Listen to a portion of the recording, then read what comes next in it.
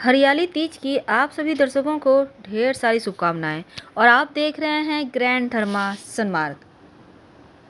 श्रावण माह के शुक्ल पक्ष की तृतीया तिथि को हरियाली तीज का पर्व मनाया जाता है।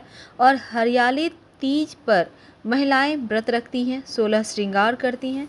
इस दिन भगवान शिव और मां पार्वती की संयुक्त पूजा करने का विधान है। तो हरियाली तीज का त्यौहार भगवान शिव और मां पार्वती के पुनर्मिलन का प्रतीक है। महिलाएं मां पार्वती की पूजा करती हैं, सुखी वैवाहिक जीवन की कामना करती हैं। और हरियाली तीज हालांकि नागपंचमी के 2 दिन पहले यानी कि श्रावण माह के शुक्ल पक्ष की तृतीया को मनाया जाता है। तो ऐसे में भगवान शिव मां पार्वती की आराधना करना इस दिन बहुत शुभ माना जाता है। वैसे तो हरियाली तीज का शुभ मुहूर्त क्या है, इसके बारे में हम डिस्क्रिप्शन में आपको विस्तार से देंगे। लेकिन हरियाली तीज में जब आप पूजा पाठ करेंगे तो इस बात का ध्यान रखिए कि आप ब्रह्म मुहूर्त में उठकर ही स्नान कर लें और स्वच्छ वस्त्र पहनकर व्रत का संकल्प लें। इस दिन हरे कपड़े, हरी चूड़ियाँ पहनने का खासकर विधान है। मिट्टी से भगवान शिव, माँ पार्वती और गणेश जी की मूर्ति बनाना चाहिए। आप चाहें तो तस्वीर रखकर भी पूजा कर सकती हैं।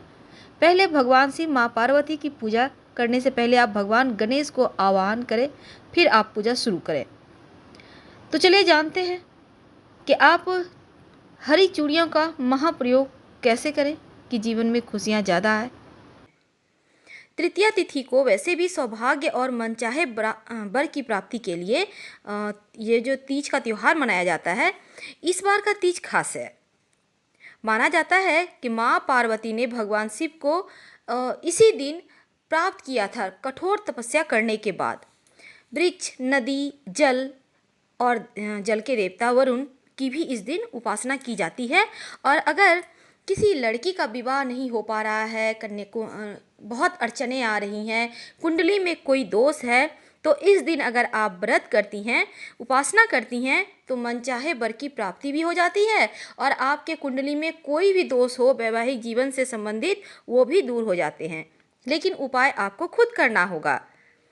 इस दिन दिन भर उपवास रखना चाहिए। आप चाहें तो फल जूस ले सकती हैं, लेकिन बहुत सारी महिलाएं निर्जला उपवास रखती हैं। और 16 श्रृंगार जरूर करें, ये बहुत खास है। 16 श्रृंगार में हरी चूड़ियाँ भी पहनना है आपको। और साथ ही साथ मेहंदी एक दिन पहले ही लगा लीजिए। अगर नहीं लगा पाए हैं तो उस दिन भी लगा सकते हैं। और साथ ही साथ भगवान शिव को प्रदोष काल यानी सूर्यास्त के 45 मिनट पहले से 45 मिनट बाद तक का जो समय होता है वो प्रदोष काल होता है। एक घी का बड़ा सा दीपक जलाइए शिवालय में जाकर, और फिर भगवान शिव और माँ पार्वती की विधिवत पूजा आराधना कीजिए और उनका मंत्रों का जप कीजिए।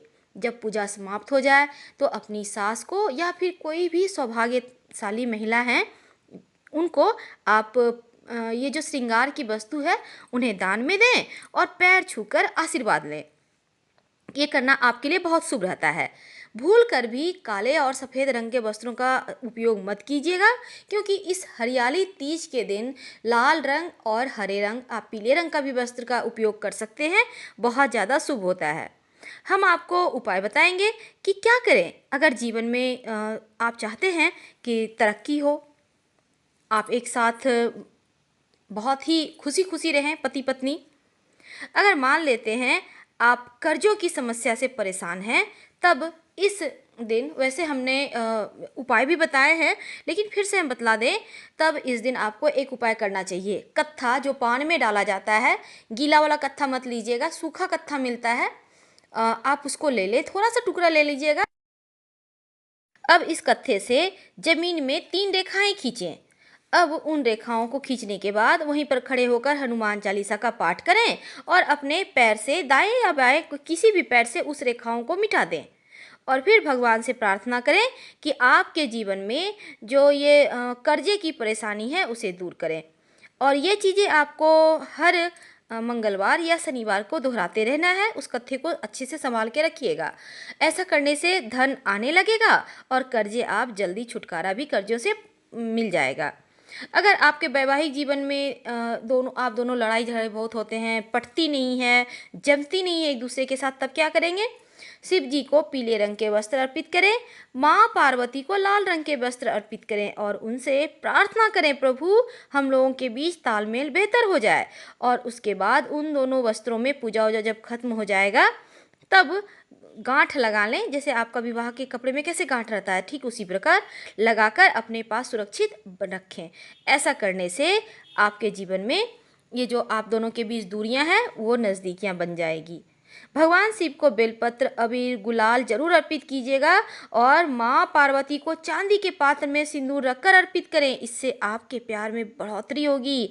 पति पत्नी एक साथ रहने की प्रार्थना करें और आपका प्यार भी सदा शिव जी और पार्वती जी की तरह ही बना रहेगा। हमने बात की थी चूड़ियों की। इस दिन माँ पार्वती को हरी चूड़ी जरूर अर्पित कीजिएगा और प्रसाद के रूप में पहनिएगा। ये माँ का आशीर्वाद रहेगा आप पे। हम आपसे विदा लेते हैं। वीडियो पसंद आए तो लाइक कर सब्सक्राइब करें। धन्यवाद। हर हर महादेव। हम फिर मिलेंगे।